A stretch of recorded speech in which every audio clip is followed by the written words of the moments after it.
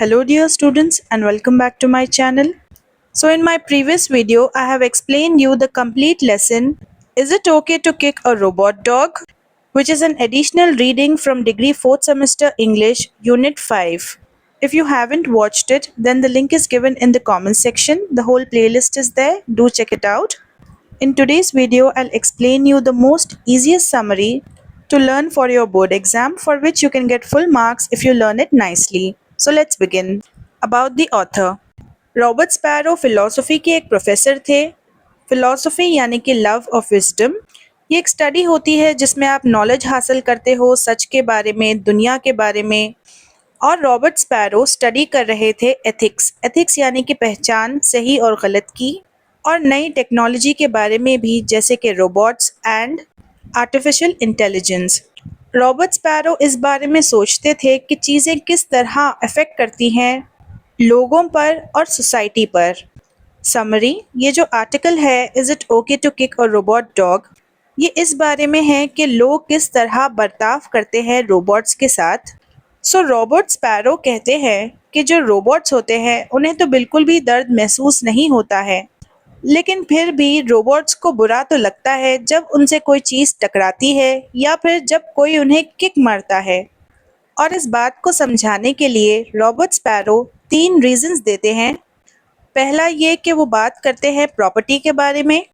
तो जो रोबोट्स होते हैं वो किसी को बिलोंग करते हैं, यानी कि वो किसी की चीज़ है. तो अगर आप किसी के रोबोट को किक मारोगे, इसका मतलब तो ये है कि आप उनकी चीज़ों को तोड़ रहे हो. You are breaking things. लेकिन फिर भी ये उस बात को एक्सप्लेन नहीं करता है कि क्यों अभी भी ये चीज़ गलत लगती है, खास तौर से तब जब वो आपका खुद का रोबोट नहीं है. दूसरी बात ये कि कुछ लोगों को लगता है कि अगर हम मीन रहे यानी कि रूड रहें रोबोट्स के साथ, तो इससे हम रियल लाइफ में भी एक मीन इंसान बन सकते हैं. लेकिन रॉबर्ट स्पैरो कहते हैं कि इस बात का कोई प्रूफ नहीं है, यानी कि कोई भी सबूत नहीं है इस बात का.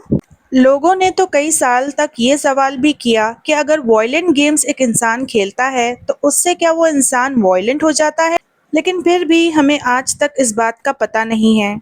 वॉयलेंट यानी कि गुस्से में आकर दूसरों को चोट पहुंचाना. तीसरी वजह यह है कि रॉबर्ट स्पैरो अपना खुद का आइडिया शेयर करते हैं.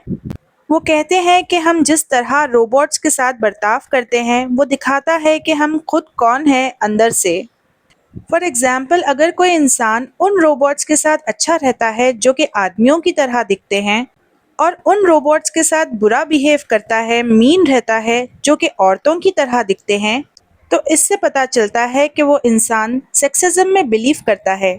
सेक्सिज्म यानी कि जब आप ख़ास तौर से औरतों को कम समझते हो और उनके साथ अनफेयर ट्रीटमेंट रखते हो सोसाइटी में, चाहे वो इंसान असल ज़िंदगी में लोगों को चोट नहीं पहुंचा रहा है, लेकिन फिर भी हमें उस इंसान के किरदार के बारे में, उसके कैरेक्टर के बारे में पता चलता है कि वो कितना ज़्यादा ख़राब है.